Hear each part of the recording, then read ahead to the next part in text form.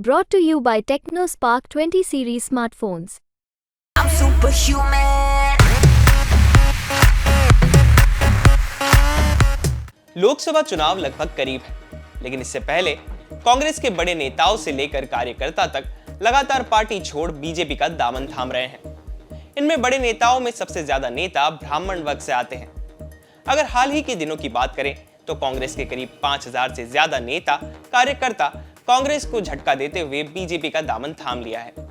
इन बड़े नामों में इंदौर के कद्दावर नेता संजय शुक्ला, सुरेश पचौरी, अरुणोदय चौबे, आलोक चंसोरिया शामिल हैं। ऐसे में सवाल ये बनता है कि क्या कांग्रेस से जुड़े ब्राह्मण चेहरों को लगता है कि बीजेपी में उनके लिए ज्यादा बेहतर संभावना है? इस सवाल पर विस्तार से बात करेंगे इस रिपोर्ट में। नमस्कार, मैं हूं चिराग ठाकुर और आप देख रहे हैं एमपी तक।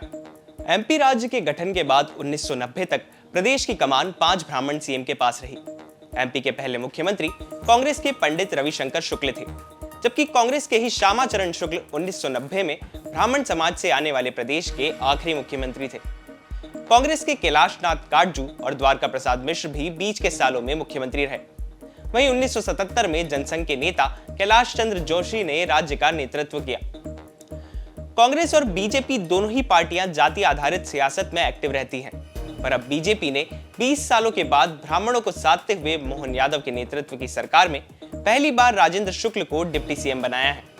वहीं हाल ही में पूर्व केंद्रीय मंत्री रहे सुरेश पचौरी, इंदौर से विधायक रह चुके संजय शुक्ला जैसे बड़े नेता बीजेपी में शामिल हो चुके हैं। सुरेश पचौरी ने जब बीजेपी ज्वाइन की तो उन्होंने कहा था कि कभी कांग्रेस में एक नारा लगा था, न जात पर न पात पर, लेकिन अब पार्टी ने यह नारा दरकिनार कर दिया है। आज जाति की बात हो रही है। सुनिए पचौरी ने जब कांग्रेस छोड़ बीजेपी का दामन थामा तो क्या कहा। आजाद भारत में कांग्रेस की ये परंपरा रही कि हम एक कास्टलेस, एक सोसाइटी, क्लासलेस सोसाइटी को स्थापित करेंगे। एक नारा भी लगा था, न जात पर न पात पर। आज वो नारा दरकिनार हो गया है। हम जाति के आधार पर बात कर रहे हैं, उद्बोधन दे रहे हैं। उससे वर्ग संघर्ष बढ़ रहा है, जाति संघर्ष बढ़ रहा है।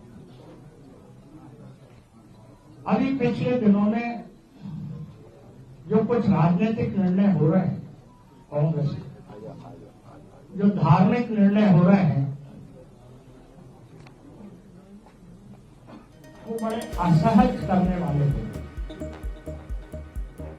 सुरेश पचौरी ने दरअसल राहुल गांधी के बयान पर तंज कसा था। भारत जोड़ो न्याय यात्रा के दौरान राहुल गांधी लोगों से उनकी जाति पूछते देखे जा रहे हैं। वहीं वो जातिगत जनगणना का मुद्दा भी उठा रहे हैं। सियासी पंडितों की माने तो राहुल का ये स्टैंड उन्हीं की पार्टी के कई नेताओं को रास नहीं आ रहा है। कांग्रेस नाराज नेताओं को मनाने में भी कामयाब होते नहीं दिख रही है। सुरेश पचौरी के बीजेपी ज्वाइन करने के इरादे खुद कांग्रेस नेताओं को नहीं पता थे। एक बैठक में खुद कांग्रेस प्रदेश अध्यक्ष जीतू पटवारी ने कहा कि अगर उन्हें पचौरी के कांग्रेस छोड़ने की बात का पता होता तो वो उनसे बात करते। सियासी पंडितों की माने तो कांग्रेस से जुड़े ब्राह्मण चेहरों को बीजेपी ज्यादा भा रही है। बीजेपी जहां राम मंदिर और सनातन संस्कृति को बढ़ावा देने का मुद्दा जोर शोर से उठाती रहती है, वहीं कांग्रेस इसमें पीछे नजर आती है। कांग्रेस से बीजेपी में जाने वाले ज्यादातर नेताओं ने पार्टी छोड़ने का कारण राम मंदिर पर कांग्रेस के स्टैंड को भी बताया था। ऐसे में अब कांग्रेस एमपी में तेजी से फिसलती अपनी सियासी जमीन को कैसे बचाती है, ये देखने वाली बात होगी। मध्य प्रदेश से जुड़ी बाकी खबरों के लिए देखते रहें एमपी तक।